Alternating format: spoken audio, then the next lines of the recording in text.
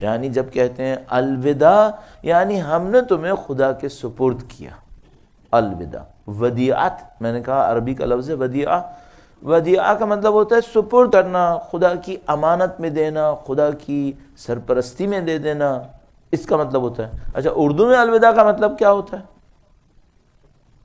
خدا حافظ. اردو میں الوداع کا مطلب بچھڑنا ہوتا ہے. کوئی کسی سے بچھڑ رہا ہے، کوئی کسی سے دور جا رہا ہے، اب دوبارہ ملنے کا امکان فوری طور پر نہیں ہے، اس کو کہتے ہیں الوداع. اب دیکھیے یہ بہت ہوتا ہے، عربی زبان میں ایک لفظ ہوتا ہے، اردو میں جب وہ آتا ہے میننگز چینج کر لیتا ہے. صحیح ہے. اچھا بدقسمتی سے ہم بولتے عربی ہیں، مفہوم کون سا لیتے ہیں؟ اردو. تو جب ہم نے کہا فلاں کو میں الوداع کہہ کر آیا ہوں تو اس کا مطلب کیا ہے؟ میں نے اس کو خدا حافظ کہہ دیا ہے. اچھا اگر میں آپ سے کہوں کہ میں نے آپ کو 5 منٹ پہلے الوداع کیا اور ابھی نیچے ملتے ہیں، تو اس کو سینس میں نہیں لایا جائے گا. اردو میں کہیں گے پھر الوداع کیوں کیا تھا 5 منٹ میں جب ملنے والے ہو؟ اچھا الوداع کا مطلب تھا میں تمہیں خدا کے سپرد کر رہا ہوں، نہ کہ میں تم سے بچھڑ رہا ہوں. خدا کے سپرد تو میں آپ سب کو کر سکتا ہوں یا نہیں کر سکتا؟ بالکل کر سکتا ہوں. اللہ آپ کی حفاظت فرمائے، اس میں کیا برائی ہے؟ یہ تو بہت اچھا ہے. اچھا میرے ساتھ ایک دوست چل رہا ہے، میں اسے کہہ نہیں سکتا خدا تمہاری حفاظت کرے؟ بالکل کہہ سکتا ہوں. لیکن اگر میں اردو میں کہوں بھائی الوداع، تو اس کا مطلب کیا ہوا؟ اب ہم لوگ علیحدہ ہونے والے ہیں، علیحدہ ہونے والے ہیں. اب مجھے جو مشکل لگ رہی ہے وہ یہ کہ کیا آج کا دن وہ دن ہے جب ہم سید الشہداء سے علیحدہ ہونے والے ہیں؟ نہیں، ہرگز نہیں. کیوں؟ میں سید الشہداء سے علیحدہ ہو کے جاؤں گا کہاں؟ سوچ بھی نہیں سکتا. موت بہتر ہے. پھر ہم تو نہیں سوچ سکتے کہ بھئی ہم ایک دن امام حسین کے بغیر کیوں گزاریں. تو عزیزان محترم یہ تو ہمارے لیے قابل تصور نہیں ہے کہ ہم سید الشہداء سے اس معنی میں الوداع کر دیں. یہ ہم نہیں کر سکتے. تو پھر اس الوداع کا مطلب کیا لیں تو صحیح ہوگا؟ اس الوداع کا مطلب یہ ہوگا کہ آج ہم سوگ اٹھا رہے ہیں بس. بھئی جب ظاہر مختلف کمیونٹیز ہوتی ہیں، ان میں کوئی غم کا دن منایا جاتا ہے تو اس غم کے دن میں کوئی خوشی نہیں منائی جاتی. غم کے ایام میں خوشیاں نہیں منائی جاتی. ویسے تو ان کا غم ایسا تھا کہ ہماری زندگی پہ حاکم تھا. خود خاندان عصمت نے کئی سال سید الشہداء کا غم منایا اور خوشیاں نہیں منائیں. جیسے کہ ہمارے پاس روایات موجود ہیں کہ جب مختار ثقفی نے دشمنان اہل بیت اطہار کے بالاخص حرملہ کا سر بھیجا، تب اہل بیت اطہار علیہ السلام نے سوگ اٹھانے کا اعلان کیا، جس میں ظاہر ہے کہ سال لگے، کئی سال لگے. تو انہوں نے کیا، لیکن ظاہر ہے کہ ہم اپنی زندگی کے اندر اپنے زندگی کی اور ذمہ داریوں کو انجام دینے کے لیے بہرحال مجبور ہیں کہ کچھ مراسم خوشیوں کے بھی انجام پائیں گے.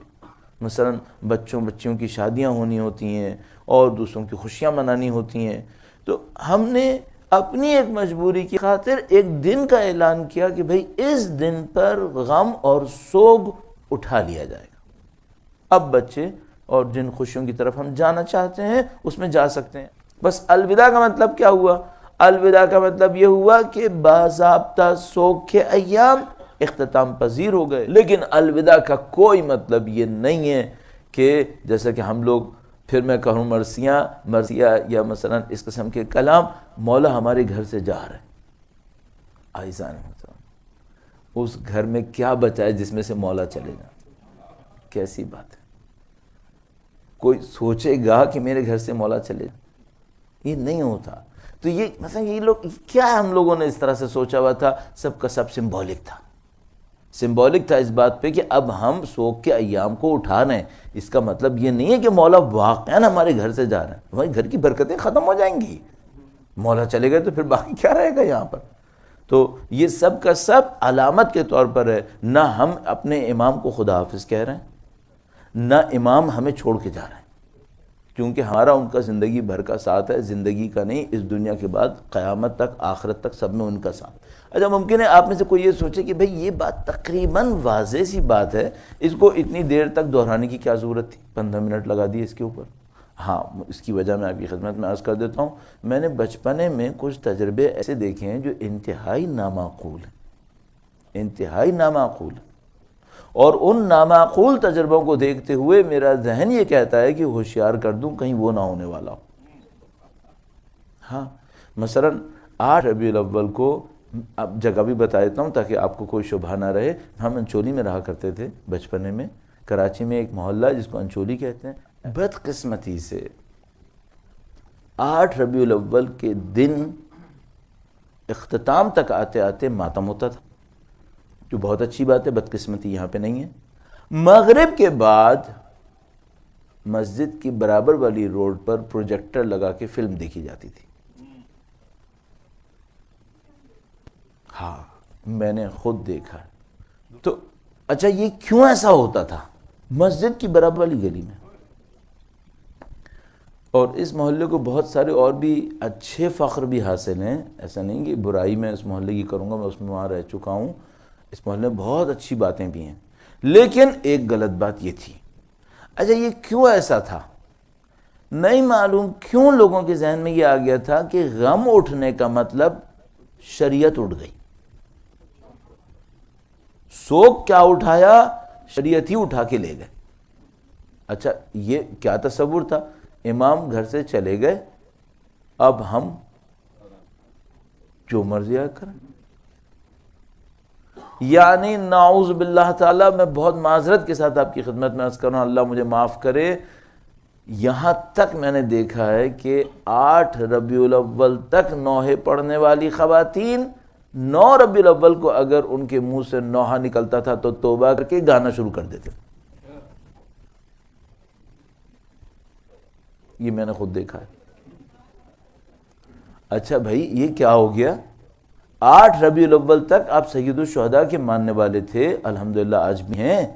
تو یہ اب ایک دم سے وہ کچھ کیوں شروع ہو گیا جو سید الشہداء نے کبھی پسند نہیں کیا؟ مینٹیلٹی کیا تھی؟ امام گھر سے چلے گئے اور گویا یہ ہو گیا کہ ہمارا جو دین کا معاملہ تھا وہ 8 ربیع الاول کو وائنڈ اپ ہو چکا ہے. اب ہم ہیں اور جو ہم نے کرنا ہے وہ ہے. اس سے بری مثالیں بھی ہیں جو میں نہیں دینا چاہ رہا ہوں، وہ بھی ہوتا ہے اسی انچولی کے اندر. عزیزان محترم یہ سب کیوں ہے؟ ہم نے یہ نہیں سمجھا کہ نمبر 1 ہم امام کو خدا حافظی نہیں کہہ رہے ہیں، صرف سوگ اٹھا رہے ہیں. نمبر 2 امام نے جس دین کو بچانے کے لیے جان دی اس دین پر عمل ہم نے کرنا ہے، کسی اور نے نہیں کرنا ہے. اس دین کی حفاظت ہم نے کرنی ہے. یہ ہم بھول گئے نعوذ باللہ تعالی. ہم نے یوں سمجھا غلط فہمی کے نتیجے میں 8 ربیع الاول تک عزا ہم نے کرنی تھی. اس کے بعد اب ذرا تصور کیجئے بچے تو اگلے برس، ارے بھائی تو اگلے برس تک میں کہاں جاؤں گا؟ امام حسین کا نام نہیں لوں گا. شاعر ہوتا ہے، شاعر پہ تنقید نہیں ہے. مفہوم یہ نہیں لے سکتے. یعنی اس میں کیا تھا؟ اگر اگلے برس تک بچے تو دوبارہ اس کا مطلب کیا؟ یعنی سوگ کے ایام دوبارہ شروع کریں گے، نہ کہ اگلے برس تک میں اپنے امام کو خدا حافظ کہہ رہا ہوں اب اگلے برس ملیں گے. نہیں یہ نہیں کہہ رہا شاعر. غلط ہم نے سمجھا ہے، ہم نے غلط سمجھا اگر ہم یہ سمجھ رہے ہیں. شاعر یہ کہہ رہا ہے اب ہم سوگ کے ایام ختم کر رہے ہیں، اگلے برس تک زندہ رہے تو پھر سوگ کے ایام شروع کریں گے. لیکن ہم لوگوں نے نعوذ باللہ تعالیٰ کیا سمجھا؟ یہ جو ایام ختم ہوئے نعوذ باللہ تعالیٰ جتنی دینی شرعی ذمہ داریاں تھیں ساری ختم ہو گئیں. اب ہم آزاد ہوئے نعوذ باللہ، اور اگلے سال تک اب دیکھتے ہیں کہ ہم کیا کرتے ہیں. اور جب محرم آنے لگے گا تو ہم ایک بار پھر شریعت کے دائرے میں واپس آئیں گے. ایسا ہرگز نہیں، ایسا ہرگز نہیں. لہذا ہم اپنے اس فکر میں جو بالکل سرفیس کی فکر تھی، لوگوں کو دیکھا کرتے تھے 2 مہینے 8 دن ٹی وی جیسے کھولا تو گناہ کبیرہ ہو گیا، اور پھر بند ہوا تو گناہ صغیرہ تو کم سے کم ہو ہی گیا. یہ کیا ہو رہا ہے؟ ٹی وی پہ کچھ چیزیں صحیح آتی ہیں وہ آپ ہر وقت دیکھ سکتے ہیں. ٹی وی پہ کچھ چیزیں غلط آتی ہیں وہ آپ کسی بھی وقت نہیں دیکھ سکتے، چاہے وہ 8 ربیع الاول سے پہلے ہو چاہے وہ 8 ربیع الاول کے بعد ہو. جو صحیح ہے وہ آپ کر سکتے ہیں، جو صحیح نہیں ہے وہ آپ نہیں کر سکتے، کبھی بھی نہیں کر سکتے۔ تو عزیزان محترم، سب سے اہم نقطہ جو اس وقت آپ کے سامنے اور ہمارے سامنے ہے وہ یہ ہے کہ بھئی یہ جو الوداع ہے یہ صرف سوگ کے ایام کا خاتمہ ہے، شریعت کا اختتام ہرگز نہیں ہے۔ ہمارا اہل بیت سے کمٹمنٹ ہے۔ اس کمٹمنٹ کے نام پر ایک کام تو میں آپ کی خدمت میں ضرور تجویز کروں گا، وہ یہ کہ ہر روز امام حسین کی کوئی ایک زیارت ضرور پڑھیں، چاہے ایام سوگ کے ہوں چاہے ایام